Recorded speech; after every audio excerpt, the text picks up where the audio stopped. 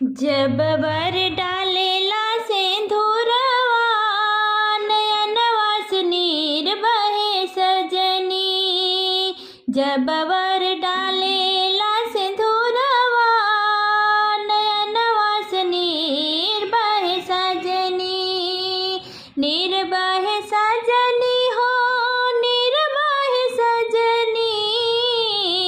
नीर बहे सजनी हो नीर बहे सजनी।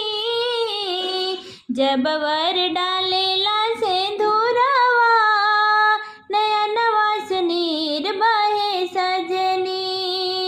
जब वर डालेला सिंदूरवा नयन वास नीर बहे सजनी। पापा भी छोटी जई है मामी भी छोटी जई है। पापा भी छोटी जई है मामी भी छोटी जई है। छूटी जई है गाँवा के लोगवा नयन वास नीर बहे सजनी। छूटी जई है गाँवा के लोगवा नयन वास नीर बहे सजनी। जब वर मांगेला सिंदूरवा नयन वास नीर बहे सजनी। चाचा भी छोटी जई है चाची भी छोटी जई है। चाचा भी छोटी जई है चाची भी छोटी जई है। छोटी जई है नैहर के लोगवा नयन वास नीर बहे सजनी।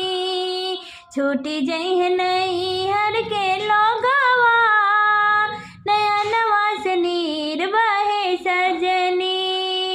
जब वर मांगेला सिंदूरवा नयन वास नीर बहे सजनी। जब वर मांगेला सिंदूरवा नयन वास नीर बहे सजनी। भैया भी छोटी जई है भाभी भी छोटी जई है।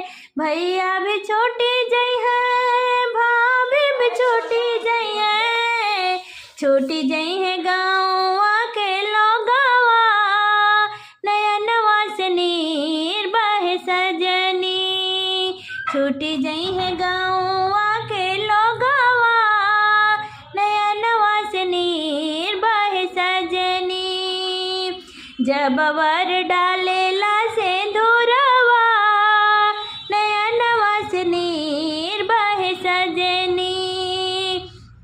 दीदी भी छोटी जई है जीजा भी छोटी जई है। दीदी भी छोटी जई है जीजा भी छोटी जई है।